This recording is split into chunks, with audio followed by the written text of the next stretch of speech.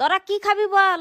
না রে, আমি কিছু খাবো নি, আমার কাছে টাকা নেই। আমিও কিছু খাবো নি, আমার কাছেও টাকা নেই। আরে আমি টাকা দেবো, কি খাবি বল? তাহলে আমি একটা লিচু ডিম খাবো।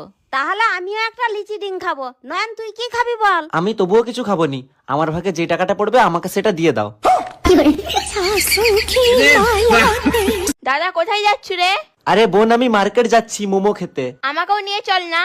আরে নিয়ে যেতাম, কিন্তু আমার সাথে আমার গার্লফ্রেন্ড যাবে, সেই কারণে তোকে নিয়ে যেতে পারবো নি রে। তুই আমাকে না নিয়ে যাই, পেদিন থেকে নিয়ে যাবি? দেখ, তুই আমার গার্লফ্রেন্ডকে পেতনি বলবি নি, তোর আর তার মধ্যে আকাশ পাতাল তফাৎ। আরে ওই তোর গার্লফ্রেন্ডের সাথে আমার তুলনা করিস না। আমি তোর জন্য যেটা করতে পারবো তোর গার্লফ্রেন্ডের সাথে তোর জন্য জীবনে করতে পারবো না। আরে তুই এটা বলিসনি, সে আমার জন্য জীবনটাও দিতে পারবে, বুঝলি?